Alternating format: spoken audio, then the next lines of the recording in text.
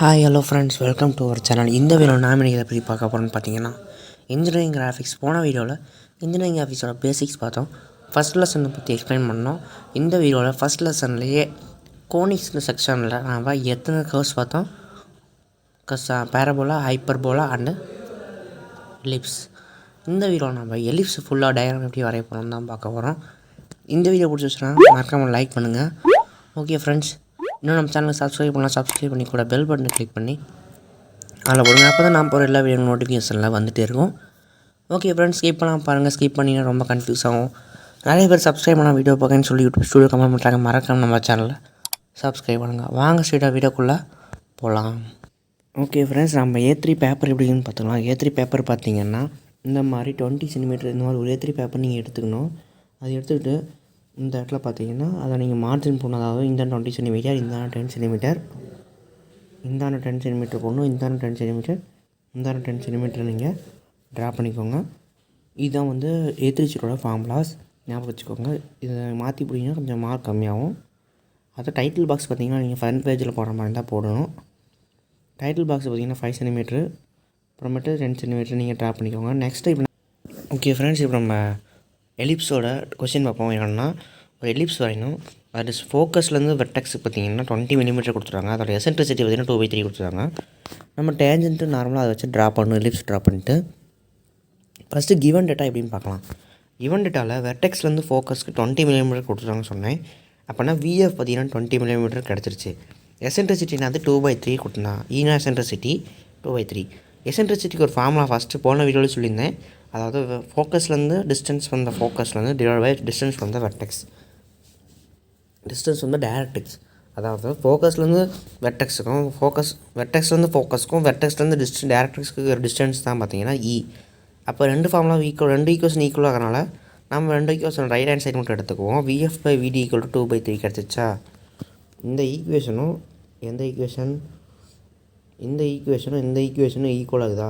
அதனால் அதோட right hand side மட்டும் நம்ம எடுத்துக்குவோம். ரைட் ஹேண்ட் சைடு எடுக்கும்போது நமக்கு இந்த ஈக்குவேஷன் கிடைக்கும். இதை நம்ம கிராஸ் மல்டிப்ளை பண்ணுறோம். அதாவது VF வேல்யூ நமக்கு தெரியும். என்னது 20 mm 3 × VF 60 mm நமக்கு கிடைக்குதா. 60 mm 60 டிவைட் பை 60 = 2VD நமக்கு ஒரு ஆன்சர் கிடைக்கும்.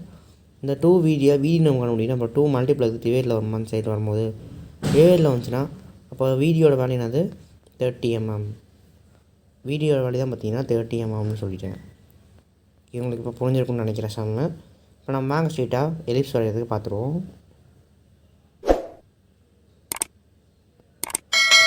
ஓகே ஃப்ரெண்ட்ஸ், இப்போ நம்ம ஸ்ட்ரெயிட்டாக ஒரு லைன் ட்ரா பண்ணிக்கலாம். எப்போவுமே நார்மலாக அது சேம் ப்ரொசீஜர் எல்லாம் சொல்லுவோம். ABன்னு ஒரு பாயிண்ட்டு நம்ம இப்போ மார்க் பண்ணிக்கிறோம். அந்த லைனுக்கு எண்ட் ஆஃப் த லைனில் வந்து ABன்னு ஒரு பாயிண்ட் மார்க் பண்ணிக்கிறோம். இப்போ நம்ம சென்டர் ஆஃப் த லைன்லேருந்து ஒரு மிட் பாயிண்ட் மார்க் பண்ணி அதோட லைன் ட்ரா பண்ணுறோம்.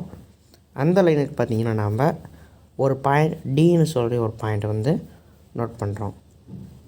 ஓகேங்களா. Dன்னு சொல்லி நோட் பண்ணதுக்கப்புறம் இப்போ நம்ம கொடுத்துருக்க சென்டிமீட்டர் என்ன பார்த்தோம், வெர்டெக்ஸ்லேருந்து ஃபோக்கஸ்க்கு 20 மில்லிமீட்டர் எடுத்தோம். அதே மாதிரி அது நம்ம 30 மில்லிமீட்டர், டைரக்ட்ரிக்ஸ்லேருந்து ஃபோக்கஸ்க்கு 30 மில்லிமீட்டரும், ஃபோக்கஸ்லேருந்து வெர்டெக்ஸுக்கு பார்த்திங்கன்னா 20 மில்லிமீட்டர் எடுத்திருந்தோம்.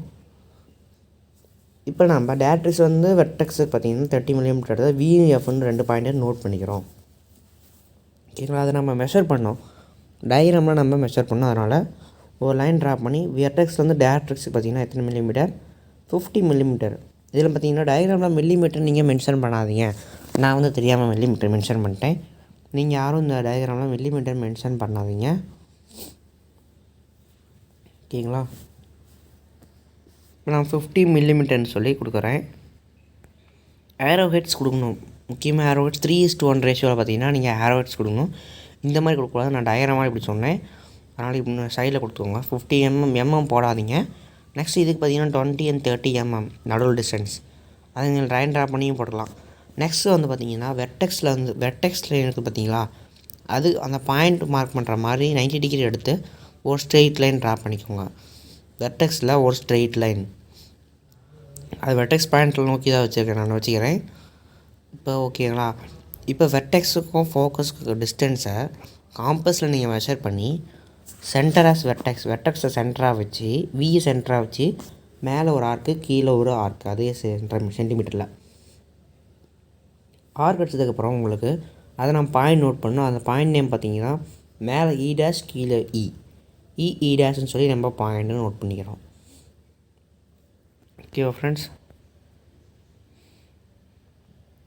விலேருந்து எஃப்க்கு சென்டிமீட்டர் எடுத்து காம்பஸில் அளவு எடுக்கணும். ஓகேங்களா? இப்போ நம்ம இ டேஷையும் டியும் கனெக்ட் பண்ணுறோம். அப்படி கனெக்ட் பண்ணும்போது ஒரு லைன் நமக்கு லாங்காக டிஸ்டன்ஸ் கிடைக்கும். அந்த லைனை நீங்கள் ஜாயின் பண்ணிக்கோங்க. ப்ளஸ் டியிலேருந்து இக்கு ஒரு லைன் கிடைக்கும், அதையும் நீங்கள் ஜாயின் பண்ணிக்கோங்க. D to E and E dash ரெண்டையுமே நீங்கள் கரெக்டாக ஜாயின் பண்ணிட்டீங்கன்னா நமக்கு ஒரு ஆர்க் வி ஷேப்பில் உங்களுக்கு கிடைக்கும். வியை ரைட் சைடில் திருப்பி போட அப்படிங்குமோ அந்த மாதிரி ஒரு ஷேப்பில் கிடைக்கும். இப்போ வி பாயிண்ட்லேருந்து 1 சென்டிமீட்டருக்கு காம்பஸ் அளவு எடுத்து ஒரு ஆர்க் அடிங்க. ஒரு 12 ஆர்க், எலிப்ஸ்னால் 12 இருக்குன்னு ஞாபகம் வச்சுக்கோங்க. விலேருந்து ஒவ்வொரு சென்டிமீட்டர் எடுத்து ஒரு ஆர்க்கு, தட் மீன்ஸ் அது மாதிரி 12 ஆர்க் அடிக்கணும். 12 ஆர்க்கை அடித்து முடிச்சிடலாம். ஓகே ஃப்ரெண்ட்ஸ், இப்போ நம்ம 12 ஆர்க்கும் பார்த்தீங்கன்னா அடித்து முடிச்சாச்சு. இப்போ இந்த 12 ஆர்க் அடித்தோம்னா அதுக்கு நேம் பார்த்தீங்கன்னா நேமிங் பாயிண்ட் கொடுக்கணும், அதை மறந்துடாதீங்க. இப்போ பாயிண்ட் கொடுக்கலாம் நம்ம அந்த ஆர்க்குக்கு பார்த்தீங்கன்னா பாயிண்டிங் அதுக்கு 1 2 3 4ன்னு 12ன்னு சொன்னேன். இந்த ஆர்க்குக்கு நடுவில் 1 சென்டிமீட்டர் தான் இருக்கணும் கேப்பு. நான் சொல்லிட்டேன், 1 சென்டிமீட்டருக்கு மேலே போனால் டிஸ்டர்பன்ஸாக இருக்கும். இப்போ நம்ம நேமிங் பண்ணலாம். அதுக்கு முன்னாடி அந்த லைனை பார்த்திங்கன்னா ஜாயின் பண்ணிடலாம். வீக் லைனுக்கும் சென்டர் பாயிண்ட்டுக்கும் நீங்கள் ஜாயின் பண்ணுற மாதிரி ஒரு 12 லைன் ட்ரா பண்ணிக்கோங்க. நான் ட்ரா பண்ணுற மாதிரியே ட்ரா பண்ணுங்கள். பாயிண்ட் மார்க் பண்ணிக்கோங்க 1 2 3ன்னு நான் மார்க் பண்ணுவேன். வெயிட் பண்ணுங்கள். இதே மாதிரி 12 லைனுக்கும் நீங்கள் மார்க் பண்ணிக்கோங்க. இந்த மாதிரி பார்த்தீங்கன்னா 12 ஆர்க்குக்கும் 12 லைன் நீங்கள் ட்ரா பண்ணிக்கோங்க. ட்ரா பண்ணி முடிச்சுட்டு இப்போ நம்ம நேமிங் கொடுக்கணும் அந்த பாயிண்ட்ஸுக்கு. எந்த பாயிண்ட்ஸு ஃபஸ்ட்டு கீழே கொடுத்த பாயிண்ட்ஸுக்கு பார்த்தீங்கன்னா நேமிங் கொடுக்கணும். அது வாங்க நம்ம நேமிங் கொடுப்போம். 1 2 3ன்னு நேமிங் கொடுங்க. வியை விட்டுட்டு விக்கு அடுத்த பாயிண்ட்லேருந்து நம்ம 1 2 3 நம்பர் மேலே கொடுங்க. அதுக்கு கீழே பார்த்தீங்கன்னா அதுக்கு மேலே 1 டேஷ் 2 டேஷ்னு பாயிண்ட் 12 கொடுத்துருவோங்க. ஓகேங்களா? இப்போ நம்ம காம்பஸ் அளவு எடுத்து 1லேருந்து 1 டேஷ்க்கு மெஷர் பண்ணி எஃப்பை பார்த்தீங்கன்னா சென்டராக வச்சுக்கோங்க. காம்பஸை எஃப்பில் வச்சு ஒரு ஆர்க் அடிக்கணும். அதே மாதிரி 2க்கு 2 டேஷ் வச்சு ஒரு ஆர்க், 3க்கு 3 டேஷ் வச்சு எஃப்லேருந்து பாயிண்ட் வச்சு ஒரு ஆர்க் அடிக்கணும். 4க்கு 4 டேஷ்க்கு மெஷர் பண்ணி எஃப்ங்கிற பாயிண்ட்டை வச்சு நீங்கள் சென்டராக வச்சு ஒரு ஆர்க் அடிக்கணும். அதே மாதிரி 12 வரைக்கும் நீங்கள் கரெக்டாக சென்டர் அடிச்சிங்கன்னா உங்களுக்கு பார்த்தீங்கன்னா இந்த மாதிரி தான் உங்களுக்கு ஆர்க்கோட ஷேப் வந்து வரும். அதாவது இப்போ 8லேருந்து 8 டேஷ்க்கு மெஷர் பண்ணி காம்பஸில் எஃப்ங்கிற பாயிண்டில் அந்த காம்பஸை வச்சு 8 to 8 டேஷ் லைனில் நீங்கள் ஆர்க் அடிச்சிங்கன்னா அந்த மாதிரி தான் கடைசி லைன் 8 டேஷ் வரும். கீழே மேலே அடிக்கும் போதே கீழே அந்த ஆர்க் அடிச்சிங்கன்னா உங்களுக்கு மெஷர்மெண்ட் பார்த்திங்கன்னா மாறாது. லைன் போடும்போது ஃபஸ்ட்டு லைன் போடும்போது டிராஃப்டர் யூஸ் பண்ணும்போது உங்களுக்கு லைன் கோணையாக வராது. தட் மீன்ஸ் இந்த லைன் பார்த்திங்கன்னா உங்களுக்கு இந்த லைன் கொஞ்சம் நேராக வந்தால் மட்டும்தான் உங்களுக்கு கடைசி எலிப்ஸ் பார்த்திங்கன்னா கரெக்டான ஷேப்பில் வரும்.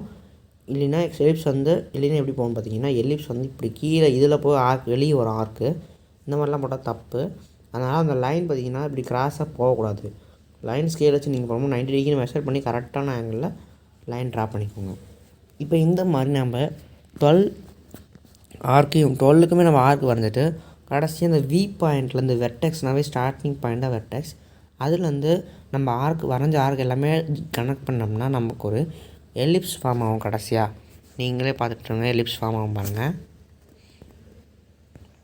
ஓகே ஃப்ரெண்ட்ஸ், இப்போ நம்ம பார்த்தீங்கன்னா எலிப்ஸு ஃபார்ம் பண்ணியாச்சு. இப்போ ஏதோ ஒரு பாயிண்ட்டில் டேஞ்சன்ட் நார்மல் ட்ரா பண்ணோம்ல, அதனால் நம்ம ஏதோ ஒரு பாயிண்ட் எடுத்து அந்த பாயிண்ட்டை நம்ம பின்னு கன்சிடர் பண்ணிக்கலாம். பிங்கிற ஒரு பாயிண்ட்டை நம்ம ஏதோ ஒரு ஆர்க் மேலே இ டேஷில் எடுத்து அதுலேருந்து எஃப்க்கு பார்த்திங்கன்னா ஒரு லைன் ஜாயின் பண்ணிக்கோங்க. பின்னு மென்ஷன் பண்ணிக்கோங்க அந்த பாயிண்ட்டை. பியிலேருந்து எஃப்க்கு பார்த்திங்கன்னா ஒரு லைன், அதெல்லாம் எது திக்காகனு எது தின்னாகனு நான் சொல்லித்தரேன். இப்போ இதை மார்க் பண்ணிட்டீங்களா? நெக்ஸ்ட்டு ப்ரொடக்டர் எடுத்துக்கோங்க. ப்ரொடக்டர் எடுத்துகிட்டு பி டு எஃப் லைனில் ப்ரொடக்டரை வச்சு ஒரு 90 டிகிரி லைனை வச்சு ஏபிங்கிற லைனுக்கு நீங்கள் பார்த்தீங்கன்னா ஜாயின் பண்ணணும். 90 டிகிரி வச்சு ஏபிங்கிற லைனுக்கு ஜாயின் பண்ணிக்கோங்க. P2F 90 டிகிரி வச்சு ஏபிங்கிற லைனுக்கு ஜாயின் பண்ணிக்கோங்க. இதை பார்த்தீங்கன்னா இந்த இடத்துல உங்களுக்கு 90 டிகிரி ஒரு ஆர்க் வரைஞ்சிக்கோங்க. அதாவது தட் மீன்ஸ் எந்த லைன் சொல்கிறேன்னு புரியுதா? Pலேருந்து Fக்கு நார்மல் லைன் ஜாயின் பண்ணிவிட்டு அதில் பார்த்திங்கன்னா அந்த ப்ரொடக்டர் இந்த ஷேப்பில் வச்சு இங்கே 90 டிகிரி எடுத்து இங்கே ஒரு கோடு வரையணும். Okay friends. நெக்ஸ்ட்டு இப்போ எம்னு ஒரு பாயிண்ட் மார்க் பண்ணோம்ல, அந்த லைன்லேருந்து P லைனுக்கு ஒரு டார்க்கில் ஒரு லைன் ட்ரா பண்ணிக்கோங்க. அது பேர் தான் பார்த்தீங்கன்னா டேஞ்சன்ட் லைன்னு சொல்லுவாங்க. PM பார்த்தீங்கன்னா டேஞ்சன்ட்னு சொல்லுவோம். நெக்ஸ்ட்டு ப்ரொடக்ட் எடுத்துக்கோங்க. ப்ரொடக்ட் எடுத்துகிட்டு இந்த ஷேப்பில் ஒரு ப்ரொடக்ட் வச்சுக்கோங்க. வச்சுட்டு இங்கே 90 டிகிரி வரும் பார்த்தீங்கன்னா, 90 டிகிரி அளவு எடுத்து அந்த இடத்துல ஸ்ட்ரைட்டாக ஒரு லைன் ட்ரா பண்ணுங்கள். அதுதான் பார்த்தீங்கன்னா என் லைன்.